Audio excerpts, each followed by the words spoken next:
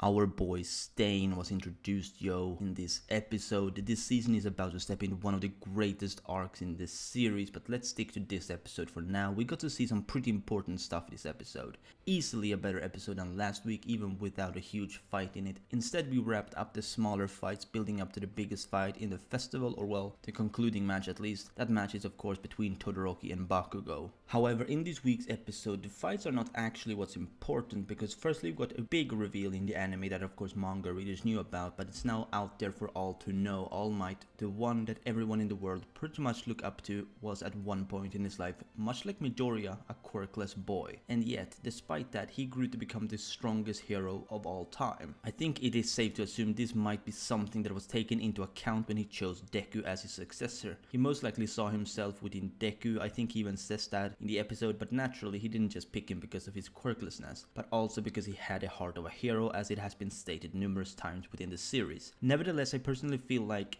All Might's quirklessness at one point must have had some impact on choosing Deku when he did, and well, there will be more information on the choice of All Might's successor later on in this series, but you're gonna have to wait many years unless you hop onto the manga if you wanna be seeing that anytime soon. One thing that I actually, well, I guess it may have been in the manga this early on as well, but I don't really recall it that early, is that we got to see a shot of All Might's teacher, a back shot, so no face reveal or nothing. But this is something that's really hype for manga readers, because we do know a lot more about All Might's teacher, and to see even a glimpse of her animated is some pretty sick stuff. And obviously by the figure, I think even the anime watchers can come to the conclusion that his teacher was in fact a woman. So right before the revelation of All Might's past, we do of course have this moment of Deku and All Might discussing who could have potentially been a better choice for One for All, other than Deku, and Todoroki is brought up as an example, and it is also revealed that One for All is a quirk that's able to stack with other quirks. Meaning that if you already have a quirk, One for All can still be inherited. This puts One for All on a much higher level than it already was, because we haven't really seen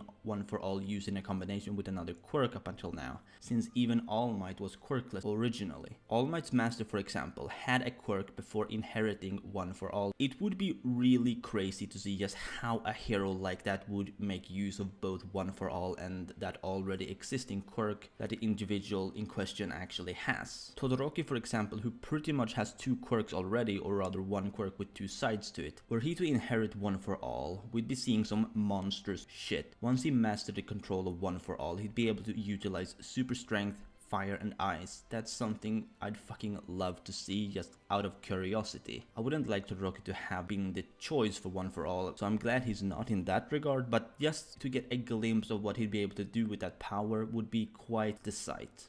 Okay, so we then have Ida and his brother, and this is where the episode really escalated, as it is building up to the next arc, as I said before. So Ida's brother, whose hero name is Ingenium or something like that, pretty much ends up getting fucked up pretty badly by this silhouetted character who we learn by the end of the episode to be the hero killer, Stain. I am so hyped to see the second half of this season now. I mean, I already was, but now after seeing him animated, I honestly can't wait. So we did get to see Stain come in contact with that portal guy from the League of Villains. I don't remember his name. So clearly we're going to get some form of an attempt of an alliance between Stain and the villains in the next episode, while Todoroki is fighting Bakugo. Now I can't say how that's gonna turn out, but I think it goes without saying that Ida is going to be heavily involved with Stain after what happened with his brother. Anyway, I think I'm gonna wrap up the video here. Let me know what you think down below in the comments, and if you did, please like this video if you enjoyed, and subscribe if you're new to my channel. This has been your favorite host, Perm, and I'll see you